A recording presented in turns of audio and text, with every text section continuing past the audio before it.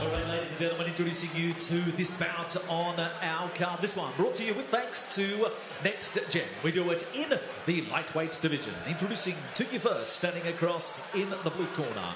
Travels to us tonight from Newcastle, trained out of the Alpha MMA gym. Weighed in officially 70.7 kilos. To the cage, a record of 2 fights for 1 win and 1 loss. This is Mohamed!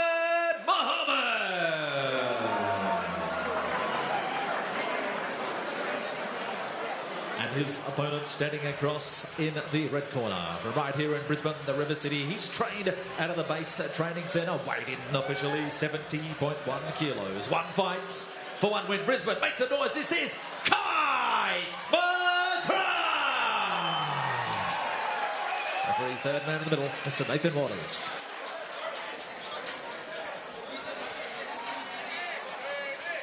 Back. Right. This bout brought to you by Next Gen Construction. Whether you're building a custom home or completing renovations and extensions, Next Gen offers amazing service and great quality throughout.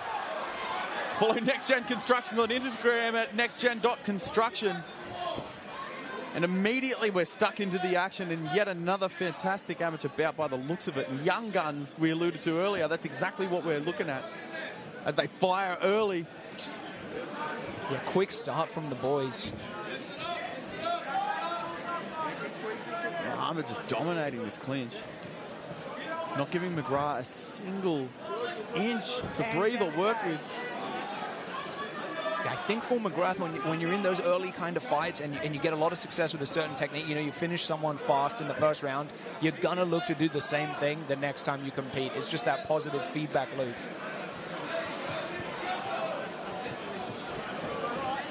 They break. And immediately you see McGrath just almost measuring for that shot. Oh! But it looked to be that Mohamed landed the biggest shot there. Yeah, you're definitely right, though. He's just looking for that right hand. Hey, he's just trying to measure it up. Mohamed. Oh, he lands it. Mohamed eats it like a sandwich. Oh, gets the body lock, is able to take McGrath down.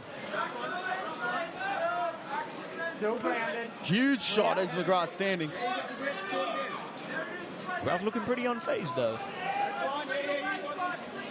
I mean, if you're training with the guys at base training center, you've got to imagine you've been grinded against the cage and you've been taken down and been zapped like this before. But if Mohamed could do this for a significant portion of the fight, it's going to take away the will of even the most arduous fighters. And if you're Mohamed and you know that McGrath is capable of those big thunderous shots, you can't fold him for this. This is, again, it's the surest path to victory. And the onus is on McGrath to do something about it.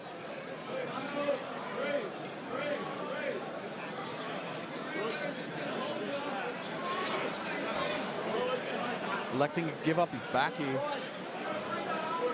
Drapes the arm back over. Looks to me like McGrath is mostly... Oh, well, there you go. Never mind. I was going to say it looks like he's mostly interested in breaking off and trying to strike, but he proved me wrong. Mohamed doing it. It's almost like he's in a southpaw stance. It's a check hook. So that's a lead hand, but with his right hand, and he's hit it twice more. Yeah, 2 times in a row. 3. And again. So it's definitely something they're prepared for. McGrath eating all of it, but sends one back.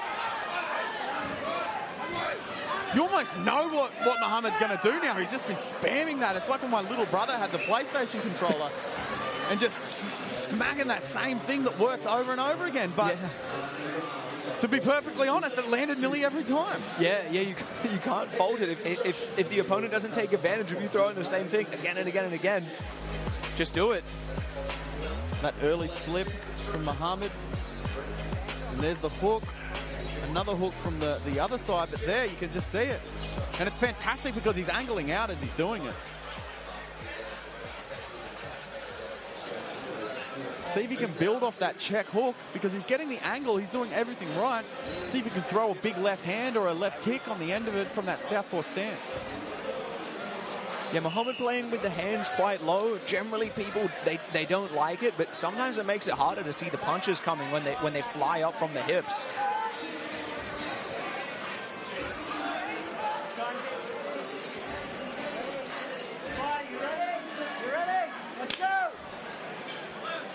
Second round in this amateur matchup. It'll be interesting to see what adjustments.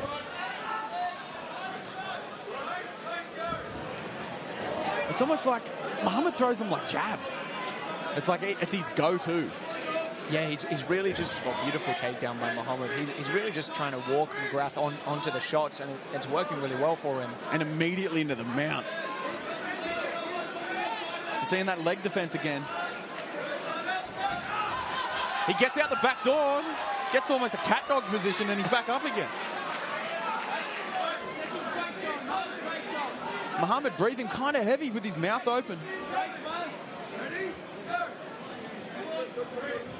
Be interesting to see if McGrath can set some of these up, and he just waded into that check hook.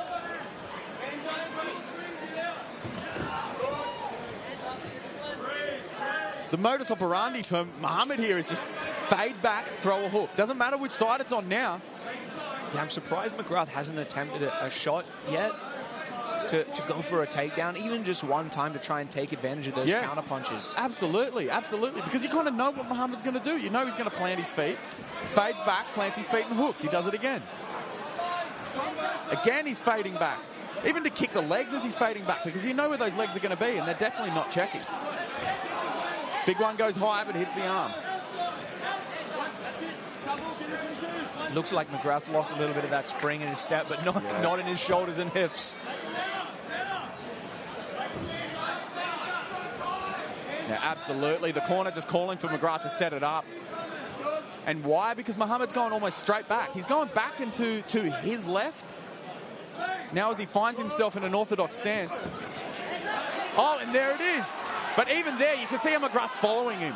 He's not really cutting him off too much. He's cutting straight lines, and then he's trying to follow Mohamed around. Yeah, arguably not technically perfect, but very exciting for us to watch. It's almost like McGrath needs 2 moves before he throws the punch he wants to punt. Like, he needs to throw a jab and then either follow with a second jab or feint and jab and then go. He's going, do the first thing, do the second thing, where it almost needs to be 3 things. Does that make sense? Yeah, like there, absolutely. just 1, 2, and now he's like too close, and Mohamed just fades. It's almost like feint and jab, or jab, jab, then do the thing that you wanted to do, because Mohamed is fading constantly, and if he fades out to create distance like that, eventually he's going to put himself against the cage, and then McGrath can land those shots. Big knee. McGrath just shelling up here. Throws back almost out of obligation, and look at the power that Mohamed's putting into these shots. Huge. Yeah, Mohamed's definitely a well-conditioned athlete. I mean, sometimes it doesn't look like it at home, but moving around the cage like that, throwing those check hooks and just dancing around the whole round, it's exhausting. Oh, 100%. Your adrenaline is just going through the roof. And here's more of that action. Kai McGrath is able to find some of those shots and being able to get those shots off. But they were few and far between. Mohamed go a walkabout.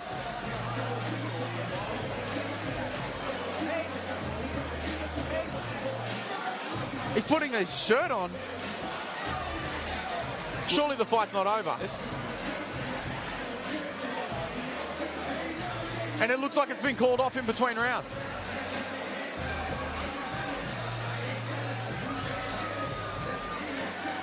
So not sure what's happened here, guys, as we've gone through to the end of the second round.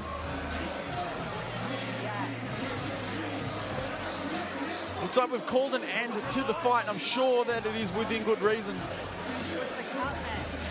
The safety of the fight is always paramount.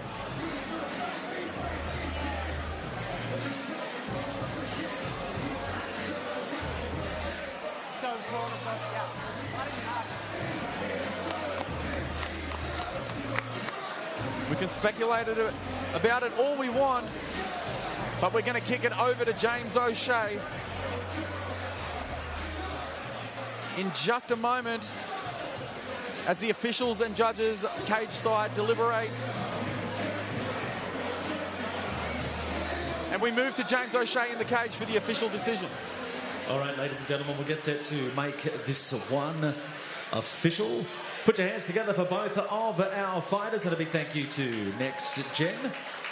So, ladies and gentlemen, at the end of the second round, so the red corner retires their fighter. So you win it by TKO from the blue corner, Mohamed.